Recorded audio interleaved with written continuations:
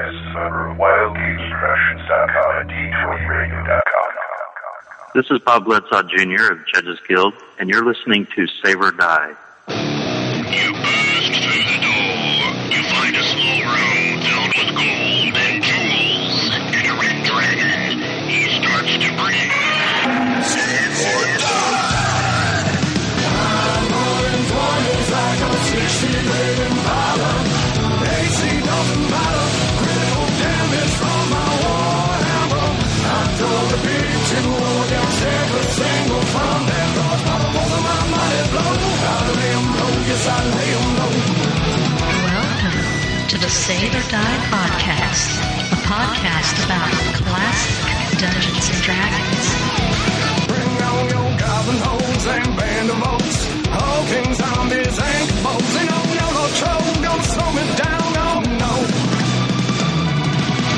Don't be vicious, awesome man. But then Tim admitted that he had a nap on Sunday afternoon. It's Lazy like, bastard. There you go. That's why. Yeah. You got a nap. Agreed.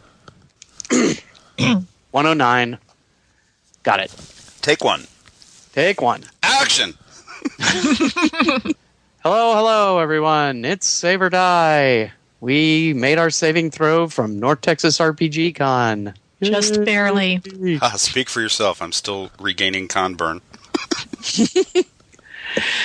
And anyway, as usual, DM Mike. And with me is DM Jem. Ho-ho! He of the no casualty zero level funnel. Really kind of surprising. You're going to start that, are you?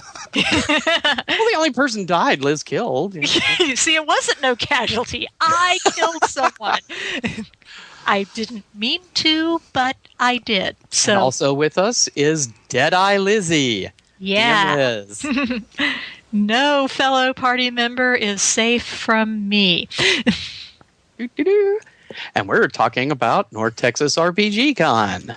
Yay! Yay! And it's only been a week since the con, so it's still relatively fresh. I hope, in our heads. Ish.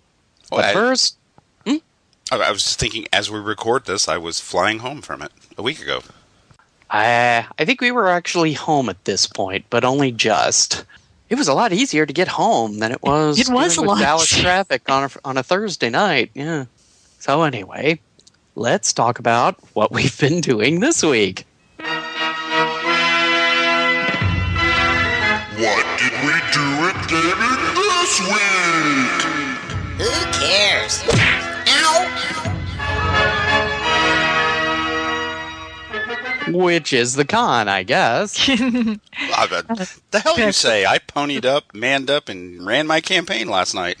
Woo! Well, then you can start. We were all just waiting. It's like, usually it's like after you say that, it's like, and Jen, and Liz. Well, I can do that if it makes you feel better. Well, yeah, but I mean, with that silence, we're just like, okay, who's he going to call on? Silence. No, so we could drop the bumper in. Yeah. Oh, okay. Liz is still recovering from the con. I am. Well, we did play in my campaign last night, and I'm going to brag on my players because they're all 3rd, 4th level, and if you wanted like a rough equivalency to basic D&D and regular D&D, the levels are about twice as powerful because the levels only run to 10. So 3rd or 4th in a DCC campaign or MCC campaign is roughly equivalent to 6 to 8 in the context we would normally discuss on the show. So I got the bright idea, well, it's time to try a dragon out on them. And I busted out and created this mutant creature using the DCC dragon rules, which are not your basic D&D walking bag of XP. I mean, like 5 melee attacks around, a 99 hit point breath weapon, AC 27. Sort of what dragons became in late 2nd and 3rd edition D&D. Yeah. Okay. With mutations. I was like killing myself going, oh, just give him Godzilla breath and be done with it. So atomic breath, done. And Is that it? You want more? I didn't know how it was going to go, and I thought there was probably, my players don't know this, but I had a backup plan for how they could all be maybe revived later. if they were completely wiped out. But it only took out most of the village and killed maybe 2 or 3 of the players, and then one of them got off like a 30 mutation check, molecular disruption, and took out 10 cubic square feet of its head. That'll do it. And that was Which that. tends to impinge the combat ability of anyone, really. Yeah. So there went the 600-year-old worm with a name and a reputation. So it was a lot of fun, and we had, for whatever reason, the campaign is growing, and we had a new player drop in, a woman named Beth, and I have never seen anybody hit the ground running. I mean, she's played 3rd and 4th edition. She's got some gaming experience, but I mean, she just did that magic trick where she just dropped right in the group like a missing jigsaw puzzle piece. And didn't even take it hard when, I mean, it's 10 minutes into the first game at my table for this woman. We spent an enormous amount of time, it wasn't enormous. We spent time before the game generating her character, who was a female sentient tiger with organic chrome wings. I mean, how cool is that? And 10 minutes, killed her, didn't you? 10 minutes in, bam! I'm like, it's okay, it's a 99 hit point breath weapon, save for half damage, and she's sitting there with 14 hit points. And she didn't save for half. Really? And she just picked up the old school vibe and turned her character sheet over and kept paying attention. I'm like, hang on. And thankfully, because there's no raise dead or resurrection spells in DCC, there's a mechanic called recover the body. After the battle's over, if it's within an hour, you can go roll the bodies of your dead party members over, and if they make a luck check, they come back with like 1 hit point and lose 1 off one of their stats. And so she came back. They weren't dead, they were just grievously wounded. Right. Gotcha. And so, yay for new players, and yay for me for finding the energy to do that. Actually, that's kind of a cool. That's a cool rule. I might import that. Well, I think Joseph probably did that specifically because there's no resurrection raised dead in DCC. There's no, the clerics are never bringing you back. You die, you're gone. Mm-hmm. Yeah, so if you want to have a chance, then you need to do something. Yeah. Of course, my problem is when I run classic D&D, maybe it's left over from my AD&D days or just something, but I'm not big on really high magic games. So finding a sufficiently level cleric to do a raise dead is kind of hard. So this might make a good alternative. I've got a magic user running around in my brother's old campaign that's practically Doctor Who, how many times he's been resurrected. He's on his 13th regeneration. And now he's Scottish. Anyway. How about you guys? Did you game, or are you still recovering? Well, we sort of gamed yesterday. Sort of gamed yesterday. Liz wanted to leave early because our 8 million year old cat is causing trouble. And so out of 4.5 hours, I think we gamed an hour and a half. Maybe 2 tops. We kept drifting off on I mean, and gamers, they drift off on tangents anyway, but we were really bad about it. Sometimes even on a podcast. Yeah, well, it's like... No. Half of our group couldn't come. So it was me, Mike, and Tim. Mead was going to someone's wedding, and John, who's playing our bard right now, is up in Portland, and he's supposed to be coming back next week. But anyway, it was just the 3 of us and Chase, and they just kept talking and talking and talking and talking about, video games and, stuff online and, books and movies. It's like part of the problem was we never got to talk to them really at the con. So it's like we had all this built up. And we see them going, hey, did you do this? Did you see this? What's this? So we spent hours just sitting at the table and, jawing at each other. It's like, and finally I reminded everyone, it's like, we need to leave early today if we're going to game at all. And I'm not saying that we should. I'm cool with just doing this if everyone else is, but maybe could you give me, a combat, something? Something? Anything? Well, I got tusks, so I'm happy. But your character grew tusks?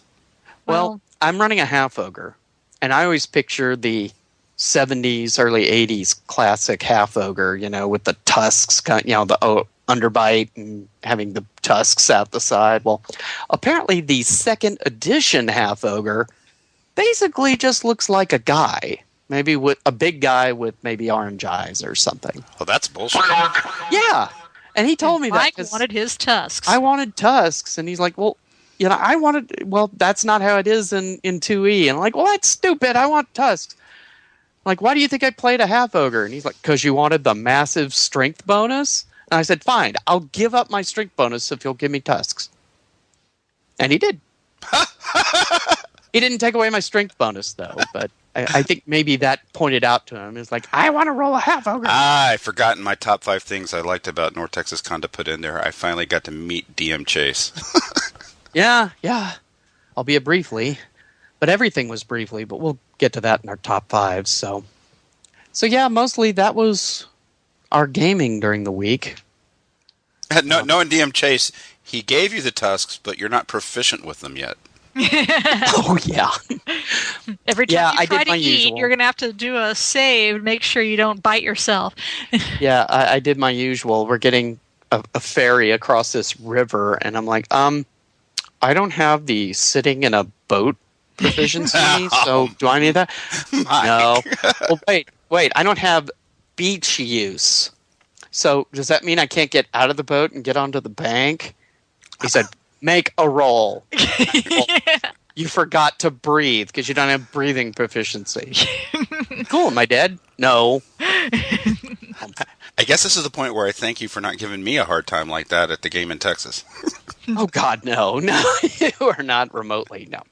Of course, it may have helped because we were all 0-level stupid people, so it wasn't like we had any skills. If all you got's a spear and a flint dagger, the least I can do is let you be proficient with them, right? Yeah, yeah. Except slingshots, right, Liz? That's right. It's like, well, it doesn't matter how proficient you are in anything. If you roll a 1, it's like, forget it. I'm trying to remember. Who did you tag? You tagged Dave Beatty right after he tried to bribe me with an entire box of Reese Cups, didn't you? I don't remember the names of anybody we sat with, but he was like opposite corner from you. Yeah, it's like He was there. Yeah, if you looked straight across from where I was sitting, and then at the corner to my right, whoever that guy was, I killed one of his characters, and Fortunately, he took it well. Oh yeah, later he saved that all for getting home and getting online. I gave DM Jim Reese Cups, and all I got was 3 dead characters. You're welcome. I don't think all of his characters died. I just remember that one that I killed. Well, you definitely only killed one. Anyway. About the only thing I'd like to mention, apologize to Andrew Larius for missing him again. Second year in a row. From Ireland. All I can say is we missed most people this year. We were really busy. But we'll get into that later. And the last thing I'd like to mention is I happened to watch the Jim Butcher, there had to be a Dresden Files reference here, seminar at Phoenix Con last year. And he actually mentions running his kids through Keep on the Borderlands. Aww. Which was awesome enough, but he said he actually put it in a medieval D&D zombie apocalypse. So they were fighting through the zombies to get to the keep, which was one of the few remaining living outposts. And then they had to go to the Caves of Chaos as a diplomatic mission to try to enlist the humanoids on the side of the remaining humans. So it's like, you made Keep on the Borderlands a diplomacy role-playing adventure. Wow. That's kind of cool. With D&D zombies, which would kind of be is always the walking saving throws. Yeah. Although I guess they probably all lose initiative, but still, you get enough of them. But I like zombies, and I like Jim Butcher, and I like Keep on the Borderlands, so I felt I had to mention that. Okay, now, unless anyone else wants to bring up something, let's go to emails. Emails. Get down, get down, get down, get down. The Save or Die Email Hot Tub Time Machine. Come here, you scrumptious little beauty. Here I go once again with the email. Every week I hope that it's from a female. Oh man. The following emails have been edited for length and content. Which, of course, we don't have any of. Oh, of course not, because no one writes us. Everybody hates us. Nobody likes us. I'm going to go eat worms. Indeed. That is patently not true. Yes, we do actually have emails. We have a voicemail, too. Are we going to do that before or after emails? Oh, that basic impressions. Basic impressions, yeah. Okay. Well, anyway, our first email is from DM Kojo. Kojo! And Kojo says, "Greetings, Sodmeisters. I just got back from GaryCon 7. Yeah, it's a little old. And I had a great time. I enjoyed hanging out a bit with DM Jim, and his DCC RPG tournament was a rousing success. My only regret is that I had to step out from the tourney to make a Metamorphosis Alpha game. In addition to that game, I got to try Marvel Superheroes and Call of Cthulhu for the first time. Hope you didn't roll up random powers for Marvel Superheroes. That's all I got to say. Hey, that's part of the charm.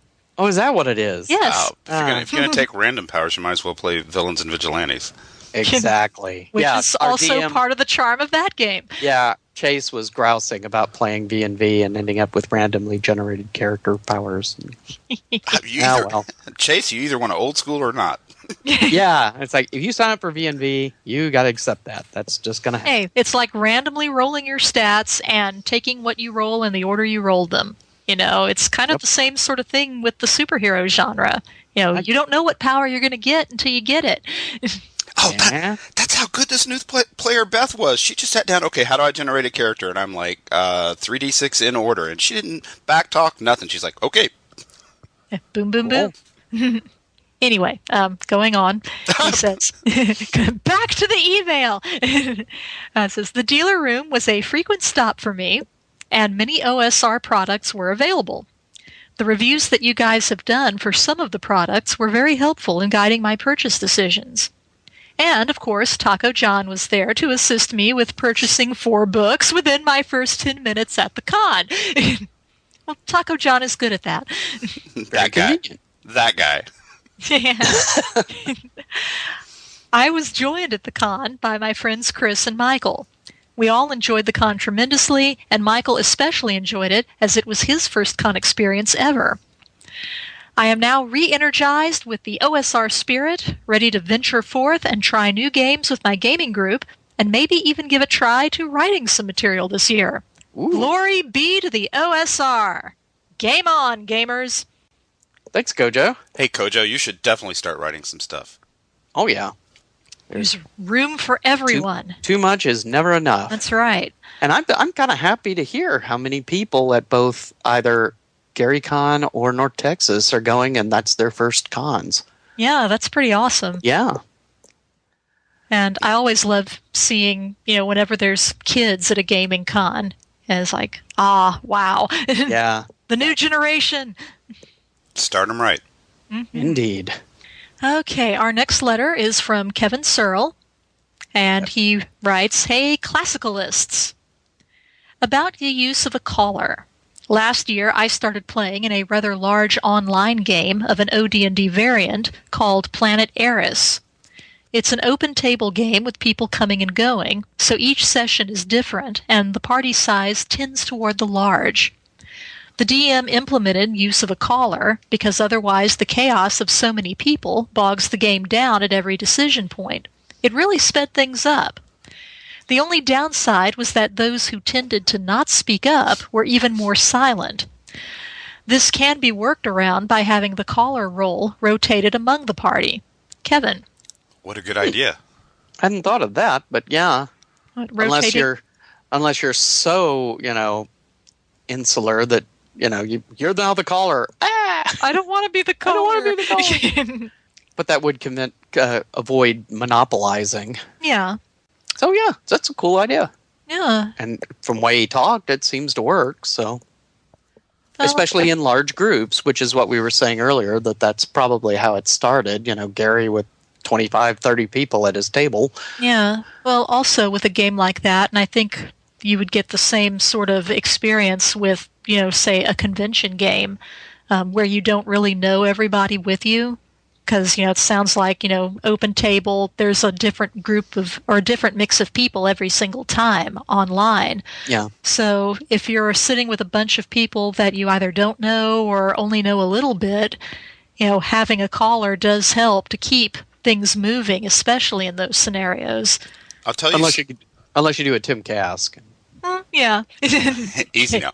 I'll tell you one more thing. Took too long. You're going that way. You're doing this. One more thing it helps with in those extra large groups is it gets the players discussing what they're going to do with each other rather than all facing you at the same time as the judge or the DM. True. Which can become a problem sometimes. Again, especially with large groups. Yeah, as long as your caller doesn't take, the position of basically telling the rest of the group, okay, you're doing this, Yeah, it's like I'm now party leader because I'm the caller, and so I'm making the decisions of what all of you are going to do in this combat session. No. So anyway, thanks for letting us know about that, Kevin. Yeah. And our last email is from Jonathan Perkle. Jonathan! And he writes... Do you really think it's Perkle? I've always imagined it was Perkel. I'm not really sure. Write us in and let us know. Yeah, I think I pronounced it Perkel the last time we had a letter from him. So it's like, well, I'll do it one each way. And, one of them will be right. The great save or die tradition of mispronouncing last names. That's right. Yeah, by doing it both ways, we ensured we mispronounced it at least once. Exactly. That's efficiency. So it's now up to you, Jonathan, to write in and let us know which one was right. Anyway, Jonathan says, Dear Saved or Dead. What? Regarding North Texas RPG Con, I'm looking forward to seeing you all there. And we did. He was one of the few people we actually did see and get to talk to. That's right. And game with. Yeah. He says, I don't really have anything else for you. I just wanted to see how much time after the con passed that you got around to reading my letter on the podcast. Yours 3 months ago, I'm guessing, DM Perky. Well, in your face, Jonathan. So, we showed you. 1 week. What did you do, Liz? Did you grab this email and shove it forward just so we could read it? Actually, no, I didn't. Although, to be fair, we had 3 emails from Kevin in a row, and I only read the first one since we didn't want to have one-person email fest all in one show. Like for a while we had the Vic Shade show? Yeah, everything. It's Vic Shade. It's like, no, that gets a little monotonous. So there's 2 more emails from Kevin, and the second one of those we'll read the next show. So I did skip over those 2. But apart from that, a lot of our other emails that we had received between then and now were, people wanting to know, if we would be interested in reviewing their product, things like that don't really, translate to a fun email experience. Listen, I completely respect your email mavenry. I was just asking. Okay. That's just saying, I did skip over some, but, some of them, really weren't ones that you would read online. Would you please do my product, And if someone does want to write to the show and place their email under DM Liz's Eagle Eye, where would they write to? Liz? SaveOrDiePodcast@gmail.com. Woohoo! See, that wasn't too hard. Or voicemails, 940-536-3763. Oh, Lord. And we actually have one, which we'll play next time, but it was Kojo, so again, we didn't want to do Kojolicious, so we saved it for next episode. All right. Well, now, speaking of voicemails or such like, let's go into basic impressions and hear what T-Man has to say about Raise This Glass. And hello to Mike and Liz and Jim and all the Save or Die listeners. This is T-Man from Pennsylvania, and sorry I haven't sent you anything in a while. Just been busy with things. You know how it goes. But when I was listening to episode 104, and you read a letter from somebody who was asking sort of to take on the pros and the cons of classic D&D, in a real substantial way. I thought, boy, that's really something I'd like to talk about, and I really would like to say, before I get into what I'm going to talk about, tell you that I really enjoyed the conversation where you were saying that that's sort of difficult to do really for any edition, because what some people say is a con or a limitation is really more of a rules preference, for how you like to run it. And admittedly, some of that comes from, whatever you played first or played most when you were in your gaming formative years. And one thing too to note before I get to the main point is that while there may be some, nobody's saying there's limitations in any system. Sometimes when you try to fix those limitations, you create other problems too. So, for example, you folks talked about the skills, and later editions have tried to fix this with a more unified mechanic and adding skill sets and all that, and that's fine. But what seemed to come along with that was a lot more complexity. For example, with 5e, I was really hoping it would be more like an updated basic, or they would provide something that was closer to the old basic expert D&D. Sure, have some unified mechanic if you like, or change some things. But it seemed like in streamlining that, there came this huge amount of rules overhead that just didn't work for me. And I'm not saying that it's a bad game or anything at all. And I would absolutely play in those games. I have played 5e games. But I don't think for me, I want to run them. Okay, let's get to the meat of the matter. One thing I want to talk about is that the main criticism, or one of the main criticisms against classic D&D, is the race as class issue, that some people really don't like that. Well, let's take a look at the pros and the cons. I think the real pros are this streamlines character creation. You can make a character very, very quickly. It also might be easier for new players, because what you're providing them with is archetypes. Dwarves are usually fighters. That's how we see them in the novels and how we see them in the movies.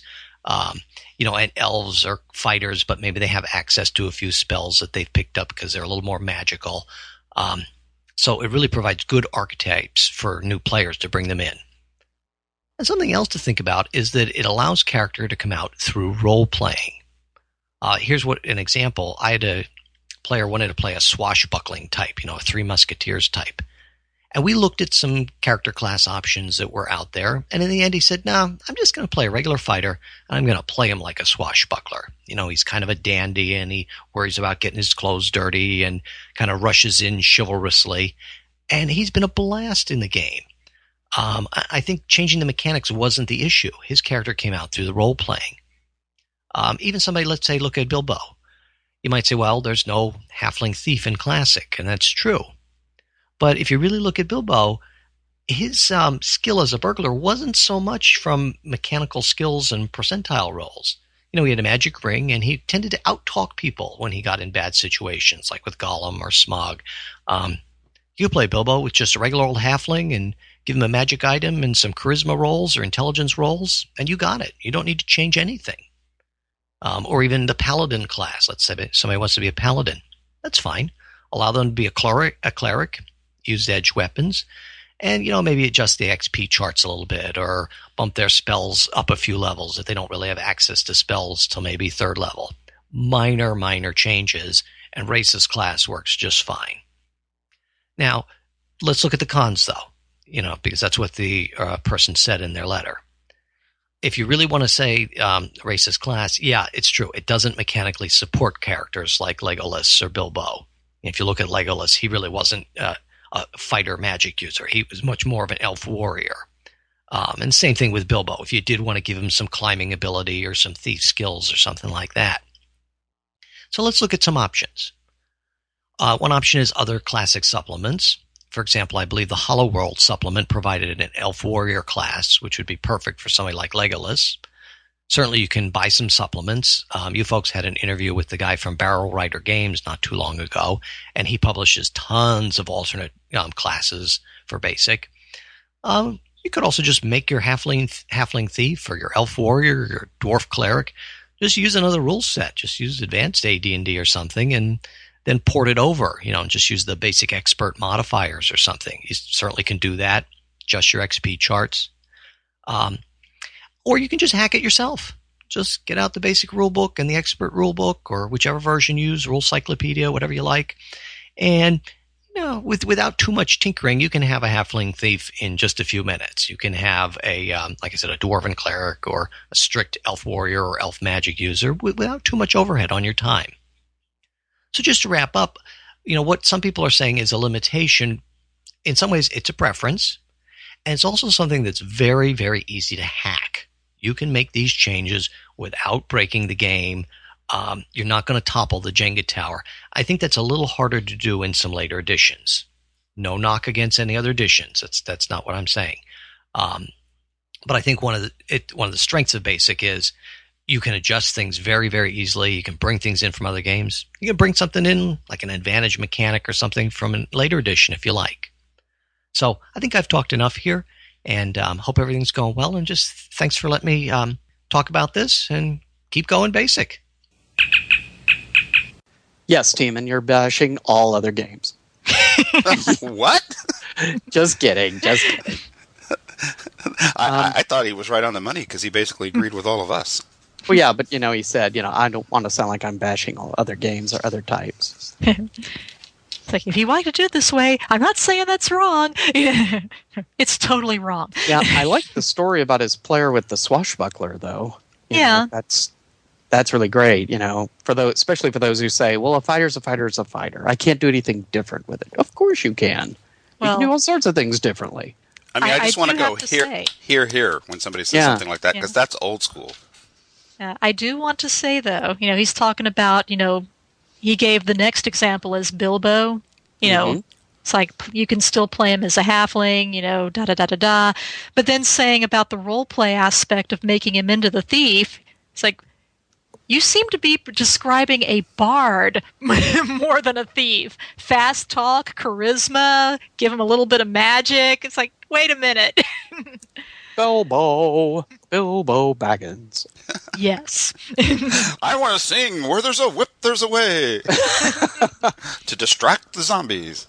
So, yeah. No, I think he's got some valid points there. Although I'm more on the pro side of the racist class than the anti. I can't argue significantly with any of the points he brought up.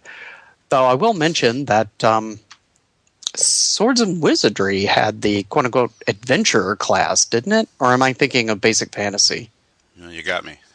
Okay, one of those, yeah, which was basically it's a separate class, but it's the elf class from Classic, if you want to basically play like that. It's an option. Well, sometimes you do need rule mechanics to do these things. For example, they're working on DCC Lankmar, and so suddenly the thieves get some spell ability, and the wizards can swing swords fairly effectively to try and simulate Fritz Leiber. I mean, that's legit, but the idea that I need a special class to make my character special, you can roleplay him special. And of course, the big argument for especially the Grey Mouser was, well, he's a fighter, he's a magic user thief. And well, he was trained as a magic user, then went instead to be a thief, other than occasionally getting some instruction from Shelob, wasn't it? Or was it Ningabel that was with him? One or the other. But anyway. Whichever one had all the eyes under his hood, that was his.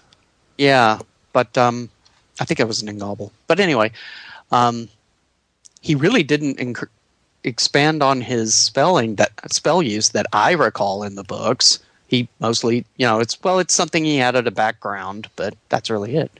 Yeah, I mean, and again, what T-Man was saying, you can import classes from any other versions. Taco. So, you can pretty much give anybody what they want to play. But actually, what I find really useful about the racist class is that's great as a DM. Because, okay, you ran into 6 elves. Boom. Here they are. First level elves. Got it. And you can run. Not, well, okay, there's 6 elves. Now, how many of them are fighters? How many magic users? How many clerics? How many thieves? Blah, blah, blah. So, I'll admit I may be a bit biased that way. So, you're in favor of lazy, is what you're saying. Well, efficiency. I think what Mike is trying to say is he's in favor of the side effect of simpler rule sets is more role-playing. And DM Fiat. Exactly. Nice save for him. Well put, well put. Which is a play style, and if you enjoy it, go for it. So thanks for the basic impressions, Teeman. That was actually kind of awesome, Teeman. Yeah. If anyone else would like to put in their votes on basic impressions, just either record one on our voicemail or record at home and send it to the Save or Die podcast account. Yeah, if you want anybody to be able to understand what you're saying later, record it at home as an MP3 and send it to us, please. Yeah, that's generally better as far as quality goes. All right. Well, let's go take a break.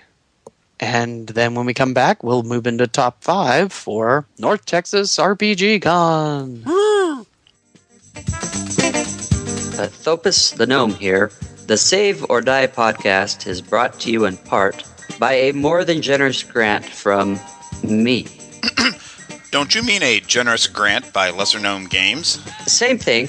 I pretty much run the joint. And this one too now, come to think of it. Here. Go finish the commercial for me, knave. You got it. Lesser Gnome Games and Miniatures. Available at rpgnow.com, lessergnome.com, or at a friendly local game store near you.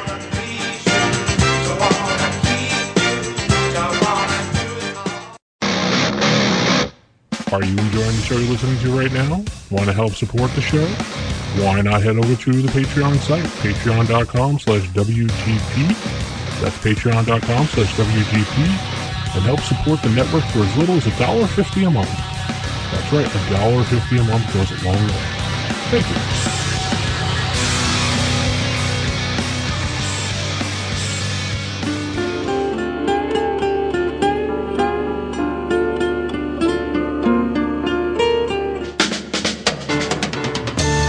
The Save or Die Top 5. In 5, 4, 3, 2.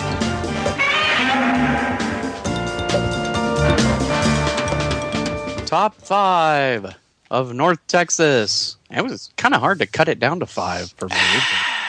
Well, we can just take it as read that it was fantastic. Mike and Doug are saints and all that jazz, right?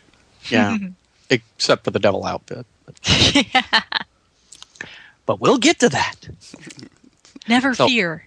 What's your number 5? This time we'll start with Liz. Ew.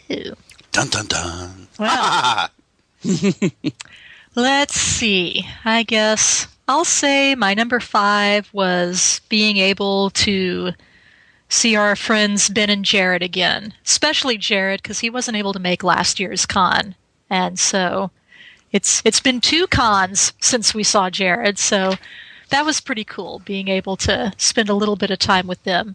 Although they did war game the whole time, so... But Ben did. Yeah. Jared got in some role-playing with us. Yeah, we got to play Top Secret with Jared. He was in that game with us. So that was cool. Which is why Jared's a better person. Okay. Jim? Well, it would be disingenuous if I didn't deal with the mutant elephant in the room. No. So let's just get it out of the way and stop talking about it. My game got announced at the Goodman Seminar. Mutant Crawl Classics RPG is now a thing I can publicly speak about. Yay! Woo. 2 years of play testing and pitching. And what's genius about it is it all started at North Texas Con 3 years ago. 3 years ago, Zach. This is why Zach Glazer is always my little co-conspirator buddy, because 3 North Texas Cons ago, we were just outside smoking, talking about all the stuff we were going to do. And at this North Texas Con, we'd done them. So that was good. So public service disclaimers, the preview startup rules will be in the Goodman Games Gen Con guide. 17,000 words worth of them, unless they cut back what I submitted. So you get a peek at the game and enough rules to try and run it. And Kickstarter later this year. Awesome. Big hardbound rule book. And yeah, Goodman Games, when they put out a hardback, they put out a hardback. It's not going to be DCC thick, but it's, 87,000 words. It should be about Dungeon Master guide size. Yeah, sorry, I was thinking more along the lines like the Metamorphosis Alpha book. And the other stuff, this is a heavy-duty, nice book. In fact, the box it came in is just as good as the book in quality. It's like, wow. So obviously, this cardboard was really, high quality, glossy, high quality, thick. It's not the thin, crummy stuff that you get from Amazon orders. It's like, damn, this box could take a beating, and your book inside would still be protected. Joseph Goodman is insane because there was somebody's adventure that was so much like an old 70s, Pink Floyd album. Joseph researched with his printers if he could make a record album slipcover case for a module, and turned out he couldn't. But, I mean, he went and tried, That would have been cool if he could, though. I know back in the 80s, Yaquinto, a war game company, actually had fold-out album games, like the old vinyl album, the two, one on each side, folds out like a book. They actually had war games like that, which was kind of cool.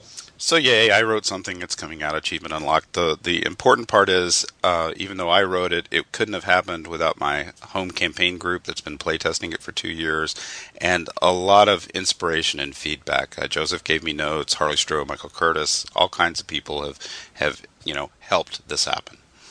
So cheers for the mutant murder hobos. That's right. Yay! What? Let's move it along now. Mike, what was your number 5? My 5 was the size of the con. I mean, it's always been a small con. It's gotten bigger, but it's still, I think it's near the edge of, big enough so that you can always find a game, but small enough you could still sit around and talk to people.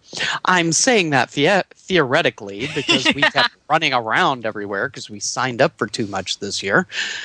There was so much goodness, though. But yeah, you couldn't just cut it down. Nope. But next year, Liz and I have promised 1 game a day. That's all we're doing. So we can hang out and talk to people. But yeah, I think the con has reached its sweet spot as far as the size goes, as far as I'm concerned. It's funny because Michael Curtis and I were swearing to each other that was it for this point forward. We're only running 1 game a day. And and I lied because I looked at my Gen Con schedule. Nope, not so much. Maybe later. Well, maybe you can keep that promise by next year's Gary Con. Maybe. Maybe, yeah. Okay, Liz? Okay, number 4. It's hard to just narrow it down to 5 things. Okay, I guess I will say that my number 4 was finally being able to be at the midnight auction. This was the second year that they did it.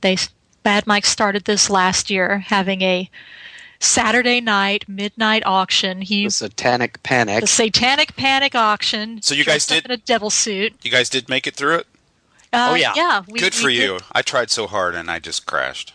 Yeah, we were getting tired. It was like, no, we're not going back to our room. If we go back to our room, we will never come out again. So we just stayed out in the dealer room. It's like, we're going to make the thing. Yeah, it was great. It was pretty fun. Although I'm given to understand it was a lot more well attended this year than it was last year. I suspect, like us, there were a lot of people last year who never realized it happened until after it was over. And I'm sure the 2 serving wenches dressed with the horns and the slinky fishnet stockings and keyhole cutout stuff did not hurt either. Mike, how did you know about that? I gotta ask. I told him how a trimmer in the force. I actually told him how they were dressed. Because when they walked in and everyone started going, whoa! And Mike's going, what's going on? So I had to whisper to him. It's like, the serving ladies have come in and they are dressed as sexy devilettes. Okay, here comes a tangent. I'm just warning you this time up front. That really good picture we got Bad Mike to take of the 3 of us, our annual Here's the Cast of Save or Die. One of my college art school friends commented on that picture of you, Mike, going, somebody's doing a pretty good impression of Matt Murdock. I remember that. I'm like typing back a comment, it's closer parallel than you think. Blind history professor by day, steampunk superhero author by night. Okay, end of tangent. Okay. Well, Liz, anything else on the auction? Just that it was a lot of fun. We got some cool, weird stuff that I will not be talking about in detail this game session. We'll just say that Michael Curtis said he would run one of those next year. He said he'd run it, and I'm holding him to that promise. So it's whatever game you bought in space. In space! That would Parachute be option. awesome. Yes, make it in space. Space Bears. All right, Jim, you're 4? My Little Space Ponies. Because role-playing is magic. Where are we? 4? My Little Pony Warhammer 40K crossover. Dale Leonard, if you're listening, this is not directed at you. Yes, tangent time, though. There, you said Warhammer 40K crossover with My Little Pony. Mm-hmm. There was a, somebody did some little My Little Pony minis and made them into Mad Max Fury Road My Little Ponies. Wow. Yeah, those are some badass-looking ponies. We'll have to get some for Chase. Well, he made them himself, Ah, okay. It's not something that you can just purchase. He took the little pony bodies and, did his own stuff to make them into the Mad Max ponies. So... Yeah, things that you see on humans in a movie trailer you don't think about till you see on a miniature Mad Max pony. You're like, where do they get eyeliner and mascara in the post-apocalypse? Yeah. Very true, very true. They probably they use the grease from the cars and stuff that they work on. I think the Egyptians used ground coal. Yeah. So it is possible. Maybe not terribly good for you, but it is possible. But that's all fashion, right? Okay, we're creating a Save or Die tangent bingo card that we can publish on the website. Mad Max ponies. So listeners can play along at home. Doctor Who. Bingo! Sorry. Yes. Because it had to be mentioned. Yes, sooner or later. All right. My number 4. Yeah, okay, sorry. You already talked about it. I made it one of the things. It's not. It's both a minus, a pro, and a con. A huge regret at not getting to spend time sitting down and talking with folks that I wanted to. I mean, I spoke briefly with Eric Tenkar. I saw Vince in the hall to say hi once. I got to spend a few minutes with Corbett. Diesel is my favorite guy at every OSR con, and I didn't even do more than say hi to him. Janelle. I got home and realized, hey, the Larsons weren't even there this year. I regret all of that. There's just, you have to do what you signed up to do, and so there was a lot of running around, and I missed a bunch of people that I wanted to spend some time with, because on the flip side, the more pro side, I mean, Mike Curtis and I got to sit down and have a lunch and be real human beings and talk about something besides gaming, our outside interest. Yeah, sorry to report, I have some.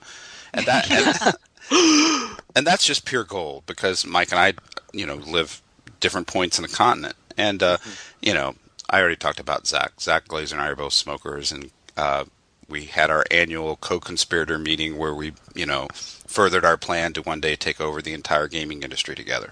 Literally in a smoky room, or smoky outdoor room. Or one mutant gnome at a time. We're going to do that, and so we got to spend some time to do that. Oh, and as I think I was telling you off air, during Matt Finch's 14-hour AD&D session, he kept coming out for smoking breaks, and I got to know him a little bit this year, which was nice. I told Joseph if he was looking for me, I would give him a percentile table to roll on where Jim is at the con, and 0 to 50 is outside smoking. So look there first, then go and... Then expand your search. Okay, well, convenient enough. That's kind of my 4th too, is we were just so busy. The only time we got to actually look around in the dealer room was from 10 to midnight on Saturday after your game. And of course, most of the places were closed up then. But we did manage to buy a few things.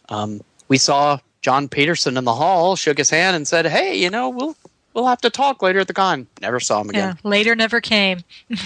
We'll have to have him on the show to do that. Yeah. Because, it's like, well, I don't have time to talk to you in person, but we'll have you on the show. Yeah, that'll work.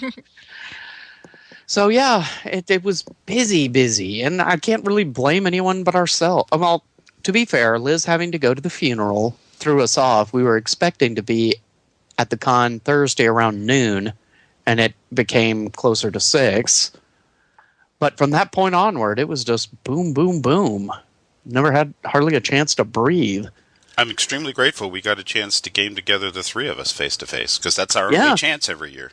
Pretty much. And, we made a special point. It's like, we need to sign up for at least one of Jim's game sessions. And I'm glad we did, because, that was about the most time we got to spend with each other. I'm glad you did it, and I'm glad you did it and actually followed through on it, as opposed to me, who begged a seat in Victorious and then got too busy to actually show up. Yes, but I'm too good a person to mention that. But I'm glad you did. Mea culpa. All right, your 3, Liz. Okay. Number 3, getting to game Top Secret with Merle Rasmussen. That was pretty awesome. I heard a lot of that. It was a fun little game. I mean, it had some over the top, gonzo stuff, but it was really, really neat. And he also made sure that if you happened to come into the game and you had never played Top Secret before, you got to experience all of the game mechanics, as far as, figuring out, rolling on skills for your character, combat, everything. All started by parachuting out of a plane. None of us had parachute skills. So it was all just, okay, are you going to run into the plane as you jump out? Are you going to get the the ripcord pulled in time? Are you Yeah, and because none of us had any kind of skill in parachuting, we were joking amongst the table. It's like, okay, who did we piss off at the bureau? Right, this assignment. It's like, okay, these guys can't parachute. Let's give them a mission where they have to. Maybe we can lose some of them on the way. But yeah, it was a fun game. We had a blast, and so yeah, we had parachuting, we had robo camels, we had just all kinds of incredibly weird as stuff. we battled the guards and minions of Sheikh Ahmad Personnel Carrier. My goodness. Yeah. Armored personnel carrier. Really? Okay. All right, just checking. Which, ironically, he didn't have one of, or we would have stole it. Instead, we had to steal his Range Rovers. Try and bring it back in one piece, Bond. But it was fun. And then, well, let me throw in there that he gave everybody who played a shrink-wrap copy of a card game he made in the early 80s called Squirm, which was kind of cool.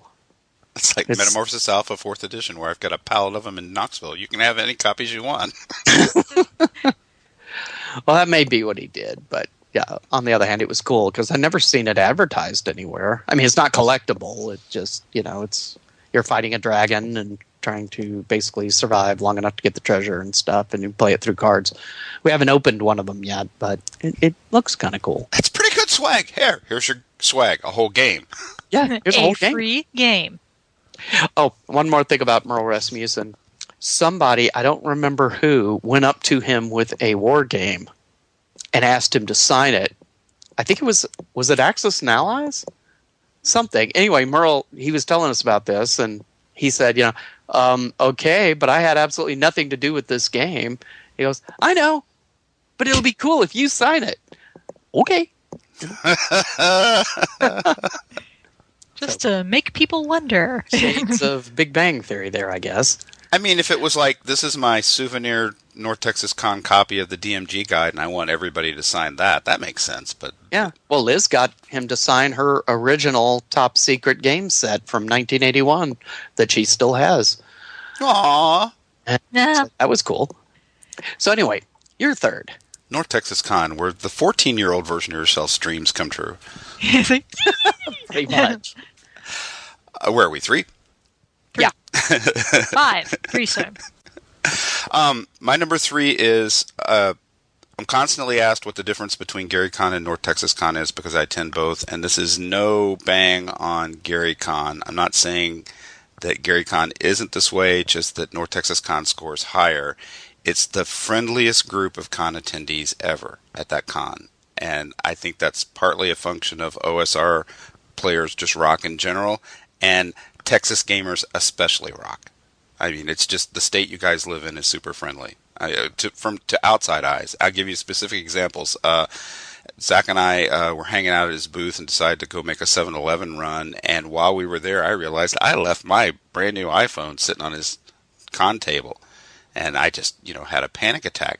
It was 30 minutes before we were back at his table. It's still laying there. Nobody bothered it. The tournament adventure that I ran for Goodman Games. But you got it back signed by Merle Rasmussen. Could have happened. Hey, I never look at the back of my phone. Son of a bitch. No. And another example would be the DCC tournament I ran was a initial playtest, had not been playtested anywhere before from 6 different riders. And I didn't think it all the way through when I scheduled that. I'm just like, this will be a great con to playtest this at, so before we get into the heavy edits. Okay, that's fine if you're just writing an adventure, but this is a tournament adventure where there are trophies to win. And, gamers can get really argumentative about the least little thing when it's competitive. And instead, I had the opposite experience where everybody, I was upfront and honest when we started playing and things were broken. I told everybody what was going on and had an entire tournament table of people say, that's okay, we'll help you figure out what's broken and how to fix it when they're competing with each other. Does that make sense?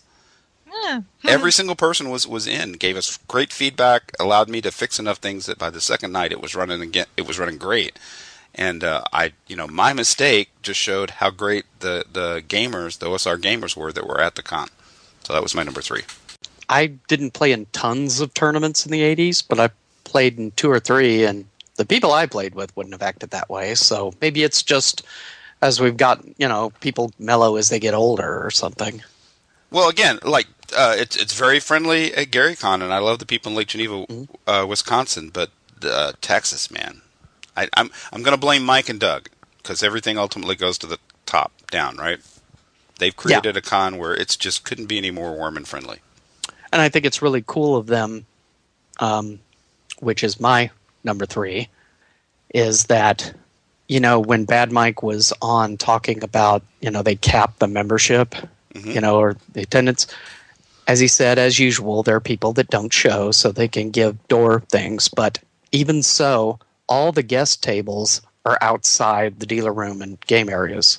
So you don't have to pay to go up and talk to Darlene or Merle Rasmussen or Weiss Hickman, whom we didn't get a chance to even see, but, I go back to my busy part. But, I mean, most cons, especially the ones trying to make a business out of it, would never do that.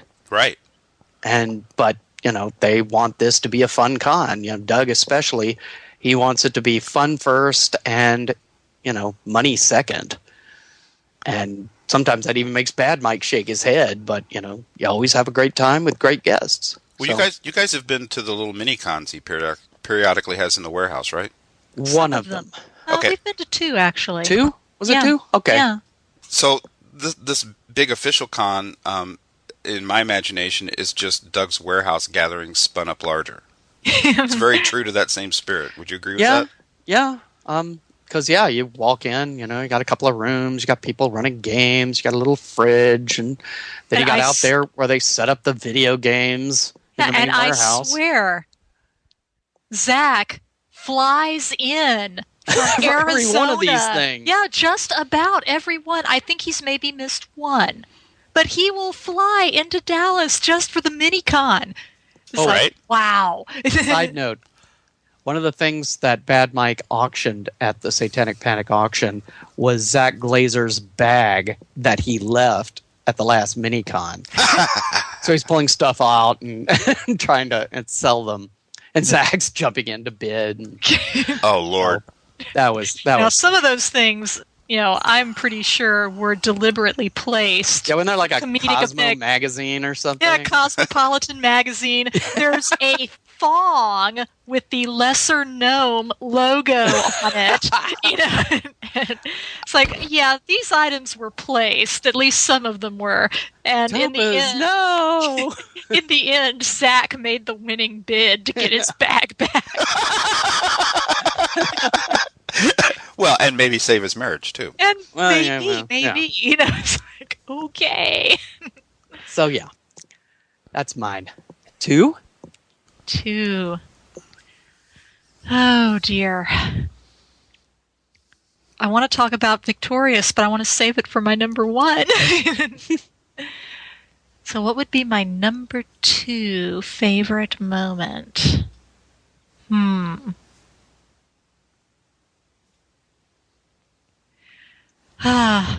Well, I guess, and this is gonna come off sounding real, overly emotional and possibly girly, so I apologize in advance. But as Mike mentioned earlier in the show, I had gone to a funeral earlier that week. I had left on Sunday, returned home Wednesday night before the convention, and then we spent Wednesday night and half of Thursday morning and afternoon, doing our packing and getting everything put together, and basically trying to cram 3 days worth of preparation into half a day. But anyway, it had been a kind of nasty week, a lot of stuff to deal with, and just being able to come to the convention afterwards and to see people and have such a good time, I really, really needed that. Aww. And it was, it could not have happened at a better time, just coming on the heels of, a family tragedy. So. Well, that, and I can't count the number of people who came up to you, Liz, and said, condolences about your aunt. Yeah, people who had seen it on my Facebook page. And, I had just made the one post, back when I heard about it on Saturday, I guess it was, the previous Saturday. And yeah, because we didn't find out about it till we got back from the game on Saturday. Right. And you need to fly out on Sunday. Yeah, there'd been a message from my mom on the phone when we got back, and I called her, and she told me, and I immediately started looking for plane tickets. But yeah, so my number 2 was, just being able to have such a, warm and enjoyable experience over the entire con, because like Jim said, people are so very friendly and, nice at this convention, and it's small enough that you can feel cozy and, like you can really get to know people instead of just being a lost face in the crowd. You're at some place, but you still feel like you're completely alone because there's so many people, and you feel like nobody, gives a crap whether you're there or not because no one knows you. You don't get that at North Texas. You really don't. It's like visiting your tribe. I mean, Yeah. because all of us have the family we were born to that we didn't get to pick, and the family we've chosen. And OSR is the family we've chosen. Yeah. Or like being on Cheers. Everybody knows your name. So that's my number 2. Okay. North Texas is good people. And Jip? That was so real and emotional. I feel ridiculous for the number 2 I picked now, but Yours is awesome, whatever it is. yeah, I as usual didn't follow instructions or show notes because the show notes clearly state your top 5 favorite moments of North Texas Con, and I've been doing these long things, but my number 2 is an actual moment that made my entire convention. I have seen Larry Elmore at Gary Cons and stuff, and shook his hand, and just met him and stuff, but I never got to spend any time with him. And as it should still happen, the two of us just were out in the smoking area at the same time, both busting out our little cigarillos, and a topic that's hot on everybody's minds right now is a certain Kickstarter scam artist, and that name came up, and Larry took me back home because I'm from Kentucky. the accent's trying to come back as I get older, but I intentionally lost the accent. Larry still got the accent from right down where I was born and raised. And Larry went on this 40-minute rant about this particular Kickstarter person, and it was just glorious. And that's how I got to know Larry Elmore, was to sit there and listen. He sounded like my dad, He was just, Awesome. If I'd had a gun, I'd have shot him right there, Wow. He needed killing. And you know me, I adore a good rant. And, yeah. And it was, obviously by extension, you can hear lots of, industry talk and find out what's going on behind the scenes at a convention like this. But You're not taping this, are you? No, right. But, no, I mean, I've cleaned this up for Saber Die because I don't want to get into it. But it was awesome to not only get to meet Larry Elmore and get to know him. Because if you'd asked me what kind of guy is he prior to this, I just would know what you see, in his art. And he's great. He's fantastic. He's really funny. So did he say, all right, Jim, what was this about the last episode and my women? No, he did not. So clearly he did not. Okay. He doesn't listen to Saber Die, but that was Chris Conner. Anyway, but that was a moment where I'm just like, okay, this can't. This specifically can't happen at Gen Con. This can only happen here in Texas. Right. Exactly.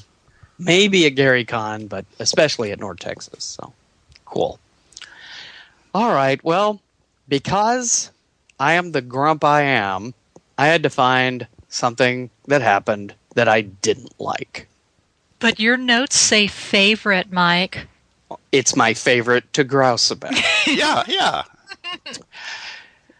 So we had our hotel room reserved since last year, or at the beginning of this year. That was it. Yeah, beginning of this year. And we got in Thursday, Thursday we told them we'd be in at checkout at 1. We got there at 4:45. They didn't have our room ready. And I'm like, we're 4.5 hours late. How can you not have the room ready?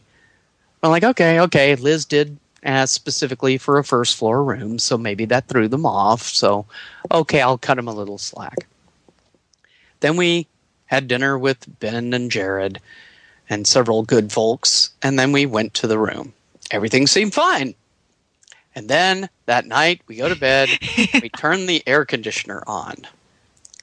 There is a water leak, condensation, maybe from the pipe or something, dripping. Now, that wouldn't be so bad, but it was inside the unit. So it was tapping the metal frame all night long. Man. Yeah. Fortunately, we had earplugs with us. Thank God. That made it tolerable. And so that was really disappointing. So it was disturbing your Matt Murdock radar sense. You couldn't sleep. That's exactly. right. Chinese water torture.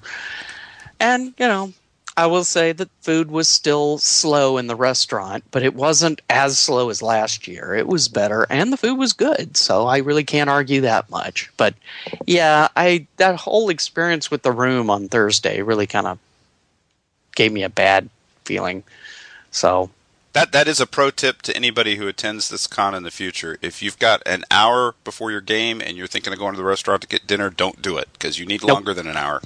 Yeah, you really do. And hour and a half, 2, if you can possibly swing it. Either that or just make arrangements to begin with to have your food delivered to your table. Which they will do. They will do it. When you get your food, there's a caloric content to feed a small village on the plate, but it takes a while. And be sure to tip the wenches who come bring you your food or such. So. Yes, tip your waitstaff. Tip your waitstaff. Okay, that's mine. So now, number 1. Dun, da, da, da. All right. My number 1 favorite moment was your victorious game on Friday afternoon. She's not biased. No, not at all. Well, you made me create it, so, I suppose that's only fair. I should think so. But it was a fun game. I got the most likes of any pictures from North Texas Con I put up on Facebook of you two in your adorable steampunk outfits. You want to make any Tom Petty comments this year? Not that I saw. Okay. But, so, we got to dress up. Yeah, we got to dress up. We choose to dress up. We had to dress We had to do it. To try and promote the game, I always try to dress in my steampunk outfit, and Mike does the same. There's certainly I remember my pants. There's certainly no obligation. You can't play Victorious unless you dress in steampunk. No, you don't have to do that. We just do it because it's fun. On the other hand, you weren't alone. Other people did it too. We were not alone. Yes, Corbett Kirkley of the Gagmen podcast showed up as Lieutenant Victory. Yeah, and we had made one of the pre-gens Lieutenant Victory. Wait. That was Corbett? That was Corbett. Yep. Oh, because I saw the picture, but I didn't recognize him through the mask. Yeah. Well, Lieutenant Victory. Well, you never do recognize them through the mask. That's secret identity. Secret and I've revealed it. I was sitting there thinking, though, I've never seen that guy and Corbett in the same room at the same time. I thought that, but the mask fooled me. But yeah, we had when he showed us told us about the costume, we're like, well, heck, he's going to be in the game. We've got to write this guy up. Yeah, so we made him as one of the pre-gens that players could choose from. And we were thinking there was a chance that, Corbett might actually be able to play, too. And if he did, then he could play his own character, Lieutenant Victor. Failed. I can't blame him, though. See, point for Victorious, because I can't do that. I can't say, okay, and if you show up for my Mutant Crawl Classics game in a leather loincloth, you get bonus points. Because nobody wants to see that. Depending on what kind of mutant they play, they might could do that. What, like maybe say if they're a tiger woman, they could paint tiger stripes on their face or something like that? Well, I was thinking more of something with tentacles but, painted women will work too. This is an uncomfortable conversation. Back to Victorious. Back to Victorious, yes. So we were dressed up. We had one of the boardrooms set aside, and we got to play with a whole bunch of really cool people. We had Glenn from Thaco's Hammer and former Save or Die podcaster with us, so it was good to be able to game with him again. Eric Tinker from Tinker's Tavern was there. His wife Rachel was also there, so I was not the only girl in the group. Also awesome. So that's like an all-star crew. Yeah, it was a lot of fun. Dad's Angry from the OSR forums. As a matter of fact, an amusing note, every single game that we were signed up for, Dad's Angry was also signed up for it. Yeah. He claims he's not stalking us. I'm serving judgment. He was sitting next to us at the Satanic Panic auction. Although, to be fair, we sat next to him. Really. Yeah, I was going to say, thank him for that. He was already there, but we know he's not stalking us because we're secretly stalking him. Stalking him! Well, there were 2 empty seats next to him near the front, so we went and sat down. It's like, oh, hello, Although, in Corbett's defense, I will say that he had wanted to play Victorious, but his friend Dave came along, and I couldn't guarantee Dave a seat because it was already looking like I'd have 8 people, and 9 is way too much for me. So instead, they were signed up for an Icons game, and Corbett felt bad about, I nagged you to come to this con. Now, goodbye. I'm going to go play something for 4 to 6 hours without you. Speaking of Corbett, before I get to my number one, sorry, Corbett, it's not the water buffalo hat, but everybody at work loves that thing. That was a cool hat. But yeah, it was fun. Yeah, so we had a good time. We had a really great group of people. They battled evil anarchists, as opposed to the good anarchists, I suppose. Sure. Well, anyway. They thought they were doing the good thing. Well, yeah. But I suppose that's the nature of a lot of evil, quote unquote. Save the Prince of Wales and Teddy Roosevelt. Well, having backed the Kickstarter, I got the backer PDF starter rules and had them printed out, to bring to the con because I planned on playing, and I've read it, Mike, and it's good stuff. Oh, you got to be mega happy. And thank you for letting us borrow. Right. So we had a printout. So we would have something printed for people to refer to if they needed to. And see, type A control freaks are everybody's friend when you need a can of Fix-A-Flat all of a sudden, because I've got that in my trunk. Mm-hmm. Whereas, what do we have in our car? A spare bag of polyhedral dice. Well, we do have some bottled waters in the trunk in case we break down out in the middle of nowhere, stuff like that. So, actual Fix-A-Flat, though? No, I don't have that. Yeah, we would have had copies if Liz hadn't been gone till Wednesday night. So. Yeah, there was a lot of stuff that I had planned on doing up for the game and just for us Liz in general. had originally planned to do a very light English tea. I was going to make little scones and stuff to have available, for people while they were playing, but I didn't have time to cook anything, so I didn't make any goodies for the game. Yeah. But that had been my intention for months. That was an awesome picture. I like your tea, boy.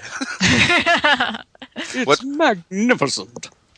This tea is good. See, I can't do Strax. I'm going to have to leave the Strax impressions to you, Mike.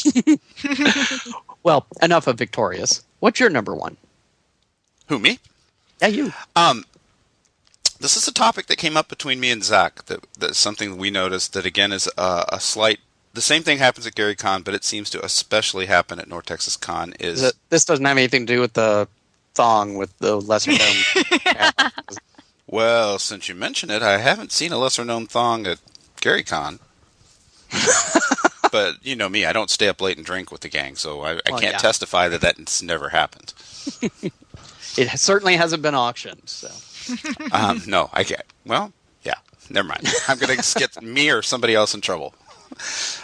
My number one is the spirit of invention and the business deals that seem to get struck at this convention. And I think that's directly attributable to Doug and Mike capping the event at 300 registered attendees. I mean, like I just said, I'm sure deals happen at Gen Con amongst the 50,000 attendees, and I'm sure it happens at Gary Con. But by capping at 300 and having like 1 in 10 people be an old school guest, if you're looking to do, have your game published or break into writing, North Texas is a great con to come to because you can pitch your ideas. I did it myself, starting 3 cons ago. I was out there with Harley Stroh going, well, what about this? No, we did that in Dungeon Crawl Classics 32. Well, how about this? No, we already did that then. But he was very encouraging, too, at the same time. And I saw it happen, at this con where there were guys working out new publication deals. All the third-party and independent guys, publishers show up here. So that's my number one. You want to break into the business, the spirit of invention, and even game mechanic invention, too. Less literally about business deals, happens at this con. Oh, cool. So, a networking, but it's also more of a friend networking thing than the standard business thing going on. So, see, you did that thing where I went on and on and on, and you said it in 2 sentences. Yes, that, Mike. That's it exactly. Exactly that. Only you said it better, so I just said it briefly. But anyway, okay, my one is the Sunday afternoon 2E AD&D game with Kevin and the other people. A lot of people don't know Corbett. We knew Corbett back in the mid-'80s. He was in Tyler, and we were there late 80s technically. But anyway, he was there. Another guy we knew, Dave, was there. Kevin McCarley was there again. So it was almost like old home week for 1989 Tyler gaming. We all got together and had a game that Kevin ran. It was kind of Cthulhuid-ish, even being D&D, but it was still fun. And that was cool to be able to sit around and game with him again. Dennis Pipes was there too and kept offering Liz sums of money for my Battlestar Galactica jacket. Okay. He's like, if you ever want to get rid of that jacket. Yes, I know. Here, have some more cake. Outgrow that. Get too big, so it doesn't fit anymore. Now I'll get it. Let me buy you some lobster. Eat up. But it was fun gaming with him, too. We all had a great time. So, to me, that was fun. It was very old school, dare I say. So that was my number one. Well, right on. It's like, the Class 89. Got to game again. Right. It's all of us together gaming, and, all we missed was the guy who worked for the drive-thru coming in to bring us our food. So, Good old Chip. Gone but not forgotten. That is North Texas 2015 in 15 sections, I guess. And that wasn't all by any stretch, just our top 5. So Yeah, a lot more happened. A lot more happened. Talked to a lot more, well, not as many people as I wanted to, but more people. And had lots of fun. If I didn't drop your name, I meant to. I just forgot. All right. Well, now we're going to try something a little different. This is all Jim's fault, so I'll announce it ahead of time. But let's go into products of your imagination. In new Dungeons & Dragons, power is won by finding new ways to battle. I can feel the darkness inside me. And being completely dragon-flapping awesome. Set comes with spellbook, ritual rites, playboard, sacrificial dagger, and dice. TSR Hobbies, Dungeons & Dragons games, products of your imagination. I can feel the darkness inside me. Comes with sacrificial dagger. Where did you get that from, by the way? I mean, I'm just a consummate thief. There's a YouTube video that's just a big spoof of D&D, and I yanked clips from it, and a European company, not an American company, I think did some kind of Legos version of D&D that was authorized back in the day. Ah, okay. That apparently was dragon flapping awesome. Yeah. Cool. Anyway, so this time, rather than giving a review of the con, we are going to give a review, each of us, of our favorite thing we picked up at the con. And we're going to start, since it was his idea, with Jim. I was all set to do Goodman Games' really nice reprint of the Judges Guild Citadel of Fire, but then I gave it to my brother because he was really eyeballing it, and I work for him, so it's in my best interest to do that. Yeah, another thing that if we had known was there, I would have bought, but we, by the time we got to the dealer room, most people were shut up, so...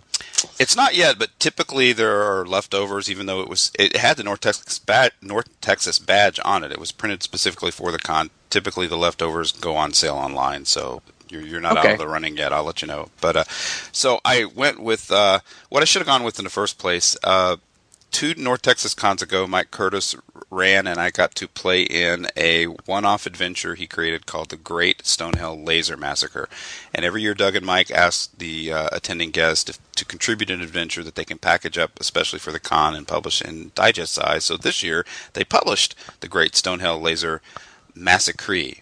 It says in the back of the book is the correct way to pronounce it, after the Arlo Guthrie song Alice's Restaurant. Which, as far as, if listeners don't know, Michael Curtis is the one who wrote Stonehell Dungeon. Yes. So, yeah. So is this an expansion, or? This is just like a little secret level that's not included in Stonehell proper. Mike ran it, especially for North Texas Con 2 years ago. Then there was a limited edition PDF that was part of an auction a year or so ago that went out with it. This is the first time it's actually appeared in print. And before I talk about it, they are selling them. And as of right this minute, there's still 15 left. We'll drop the link in the show notes. But there are still 15 of the North Texas Con editions of this left for sale, and Bad Mike's got it up on the web. So, and the premise is it's a Labyrinth Lord adventure for mutant future characters. It's the inverse of Expedition to the Barrier Peaks. Your laser rifle toting mutants fall through a portal and end up in the bowels of Stonehell Dungeon, and there's a way for them to get back home somewhere in the dungeon, and they have to fight their way through. And although it's for third level mutant future characters, if you were to buy this and run it for your D&D crew, you want to up the level. You want them to be 5th, 6th level because it's a tough place. But the other inspiration for it was, for every time your player's been killed by an orc arrow, this is the game where you get to slaughter the orcs like crazy. And it's even a slightly updated. It's got some great art. On the cover is Errol Otis's depiction of mashers. And Mike writes in the foreword that as far as he can tell, that poor little creature that first appeared in the Monster Manual has never been included in a dungeon adventure ever before. So he put it in this, and Errol did the art that's on the front cover. And some good Lloyd Metcalf and Janelle Jakeway's art, and a really terrible chunk of art by some guy.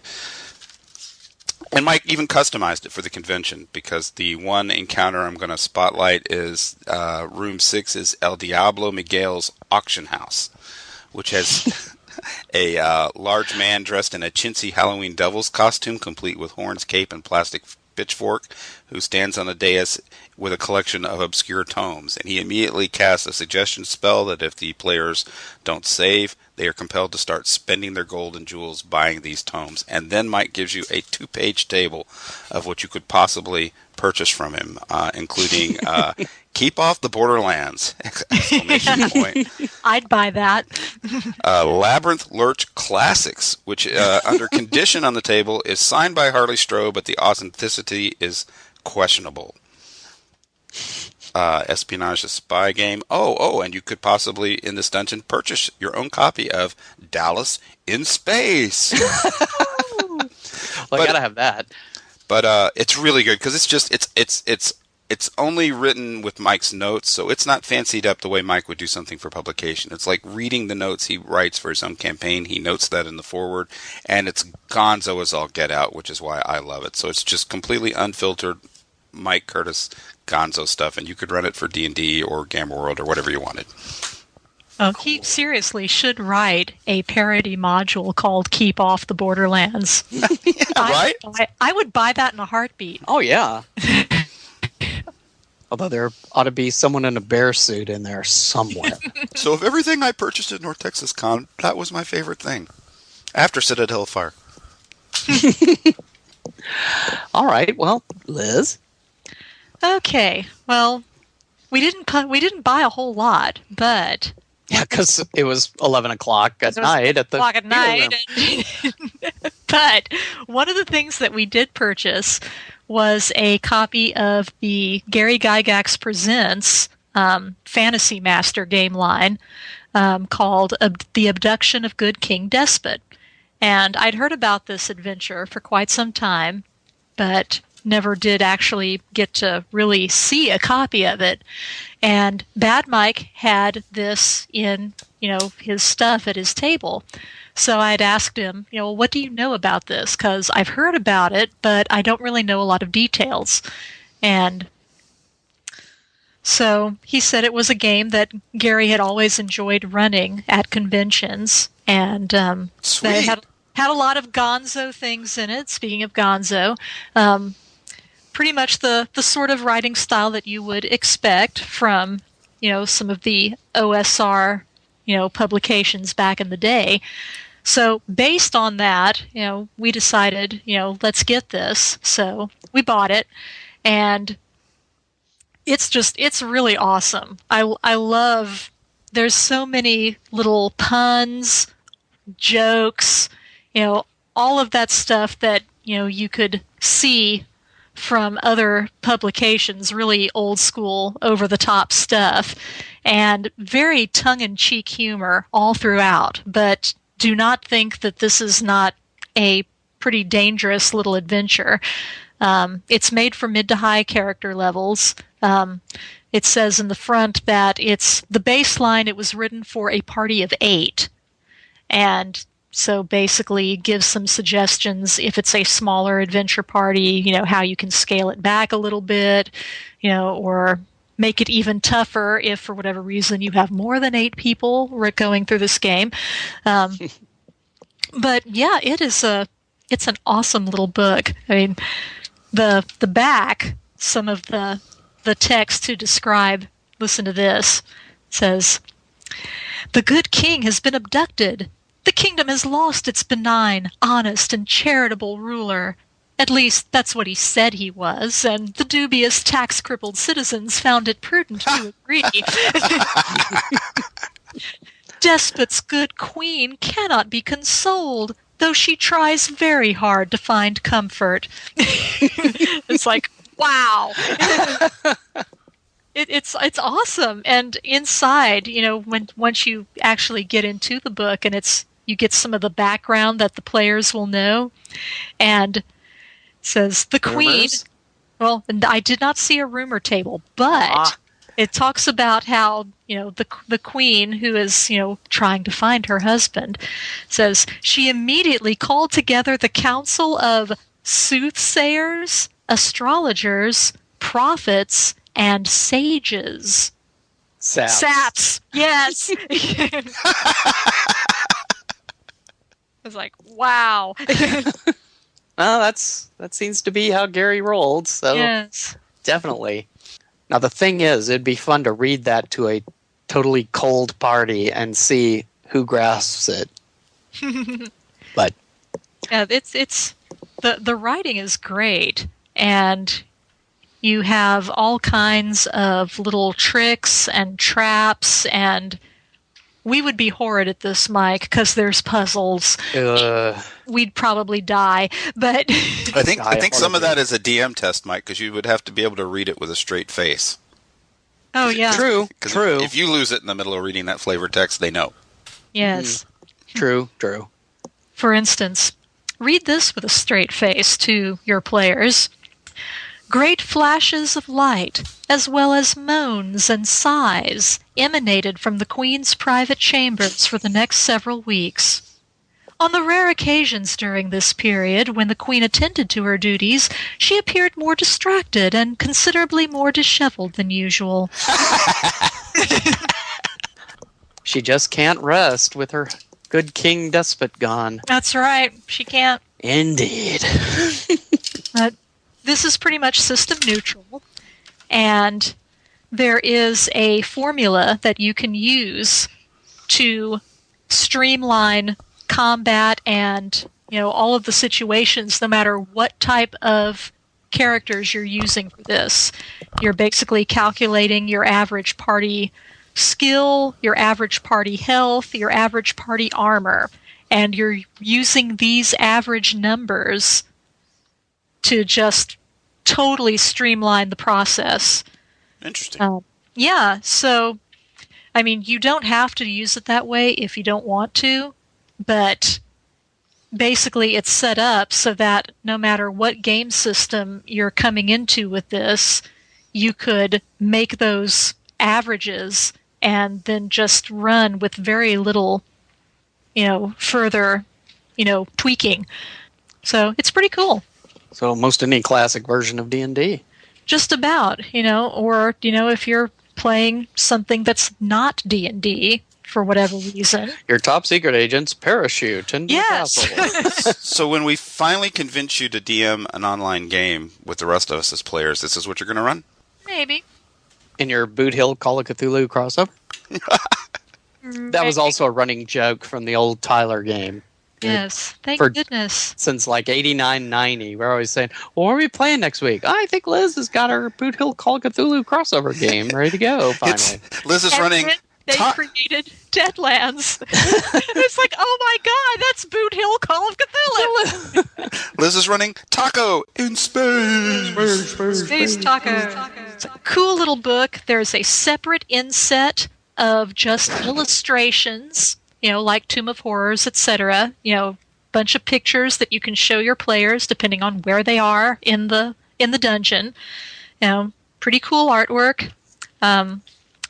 So yeah, if you can find this, even just as a PDF, this is fun stuff. I was very pleased when we opened that up and I started to read through it. It's like, this is even better than I was thinking it was going to be. But I like the gonzo stuff. So if you don't like goofy stuff like that in your game session, you could probably take a lot of that out. But there's some really, nifty tricks and traps throughout the dungeon that if you wanted to play it totally straight and, not do the flavor text about the king and queen, yada yada, you could get some good stuff out of here. So if you want to run it and take all the fun out and just leave the deadly, you can. Yeah, you could do that. Listener advisement. This is the woman that has the Rocky and Bullwinkle role-playing game. That's right. I like weird and goofy stuff, and now that doesn't mean I can't enjoy or appreciate a totally serious AD&D game. But you had me at hand puppets. All right. Well, my choice was kind of hard to come up with because I didn't actually get anything role-play at the con. It was weird. But by the time I got to buy stuff either at the dealer room or at the auction, it was, I bought an old issue of Wargamers Digest, bought an issue of TSR's former wargame magazine Little Wars that I was missing. It's okay, Mike, if your favorite thing you got was radioactive dice. That won't hurt my feelings. Really? Okay. Although it made Chase kind of go, what? When I mentioned, here are my radioactive dice. And then Liz's like, oh yeah, Jim radiated them, See, it's got the symbol on it and everything. It's like, it's not going to hurt you. Probably. And I'm sure any mutation you get will be benign. Yeah, almost certainly. I must admit that was kind of sweet. But I eventually chose, back in the 80s, I was a big fan of micro games. They don't really do those anymore, but in the 1980s, all these companies, Metagaming, Steve Jackson Games, Task Force Games, put out these little digest-sized boxes with games that you could generally play in half an hour. And those were really fun. I used to have a whole bunch of them. I lost most of them due to the travails of real life, et cetera, et cetera. So Bad Mike was selling 2 of them that I wanted. I never actually owned them. My friend did, but I always wanted copies of them, and I got both of them. They were TSR. That was at the auction, wasn't it? Yep. The midnight auction? Yep. It was 2 for 1. They didn't have the boxes, the plastic boxes they sat in, but that was okay because I had 2 spare plastic boxes and no games, so this kind of worked out. So which one'd you get? I got Revolt on Antares. Oh, nice. I think Jeff D did most of the Jeff D art. Yep. Yeah. And Viking Gods. Jim Holloway art. Yeah. And Alan Hammock wrote. And I really liked that one because you got to play the gods at Ragnarok. So that was kind of cool. It was cool to get them. I scanned in, reread the rules, and it's like, yeah, I remember this. This is really cool. And you've got Hela wandering around, dragging random people into Niflheim. So it's almost kind of... Sweet! Yeah, in the late 70s, early 80s, that was a standard fantasy or sci-fi thing in a game, was there was just a random thing wandering around that'll wipe out your stuff unless you're careful. Like Avalon Hill's Wizard Quest and Dune had that with a dragon and a big sandstorm, respectively. Cosmic Encounter. So apparently they imported that into this little game, so that was cool. And now all I need is a copy of They've Invaded Pleasantville, and I've got them all. Woohoo. All the DSR minigames. Oh, see, now we all know what to get you for your birthday, and you'll get 10 copies. They're extremely expensive, as you can tell by the title. It's very high in demand. So if that's the only one you don't have, that means you even have all the crappy ones, like Icebergs. There was a game. Okay, no, maybe I don't have them all. I don't have Icebergs. I have Vampire, which I really enjoyed. I've got Saga. Isn't there one about tanks? Yeah, but that was metagaming's. Rommel's Panzers and Stalin's tanks. I've got those. Vampire, the one with that beautiful Errol Otis vampire. Errol Otis art. Yeah. Vampire on the front. Yeah. That was really cool. I've even got Steve Jackson Games Undead, which when I first bought it, I thought, well, okay, it's Vampire in a better box. But no, it's actually a mini role-playing game with a adjudicator as well as someone playing the humans and the other playing Dracula and the vampires. So that was kind of cool. I screwed around till I forgot the one you actually need. Pleasantville. Got it. Okay, I'm on it. Native Pleasantville. Yeah, it's the stereotypical 50s alien pod people type game. So, it's not the most interesting game in the world, but, to be a completist. I got Ogre, GV, all that stuff. Creature that ate Sheboygan. I play tested that. Really? Yeah, like 15 years old. Unison. You busted out and look at the playtest credits is Bluegrass Wargamers Group. Swear to God. Have to look at that. Woohoo!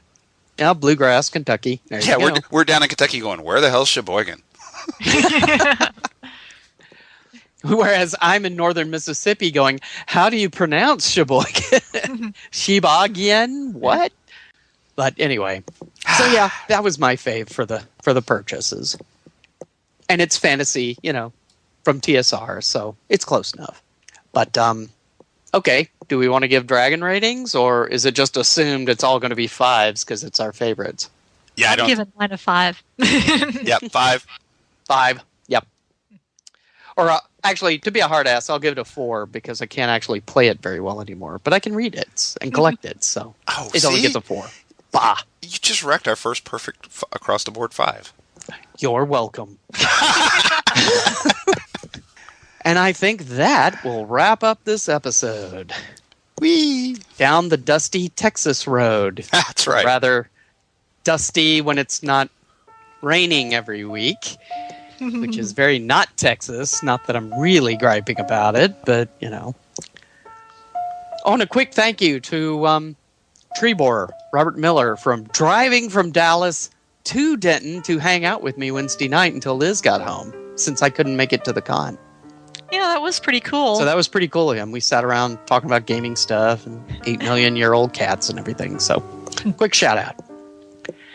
So how are we heading down the semi-dusty, muddy road, Liz? Well, I'm heading down that road and getting ready to go try to rescue the good King Despot so that his inconsolable wife will be able to find some happiness again. And not die. And not die. Of exhaustion. Oh, what about you, Jim? Oh, hang on, I'll tell you. 47, so I'm going down the dusty road smoking my cigar, listening to awesome industry gossip and Kickstarter rants from Larry Elmore. Cool. Well, I would be heading down the dusty road myself, but I overbooked at North Texas, so I'll just wave to you guys as I'm heading off to Merle Rasmussen's top secret game. Sorry. We'll talk later. And that rolls us up for 109. Look forward to 110, where we'll be talking about Arduin Grimoire. Yay! With John Peterson. Double he can yay. tell us how much history we've got wrong. That's right. So good night, everybody. Good night. See ya! Briark. And we're done. Yay. And it really wasn't over 2 hours. It just looks that way.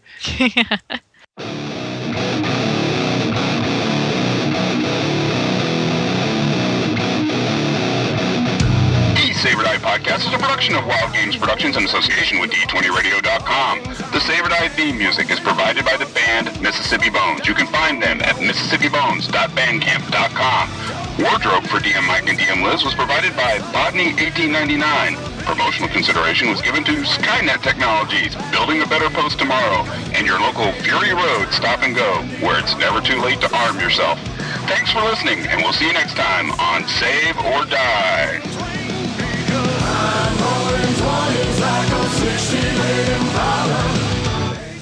So, anyway, if you didn't hear it, Liz, for once, is the one making innuendos during the show, so that's kind of cool. I'm just reading what's in the nodule. It's not my fault. I was just telling stories on you, Liz. Uh-oh. And I'm like, when Liz, Mike, and I game online occasionally, Liz gives me a run for the money. She's good. And nobody believes it! Everybody, it's Liz, she's sweet and kind and I am sweet and kind. Followed by little animals.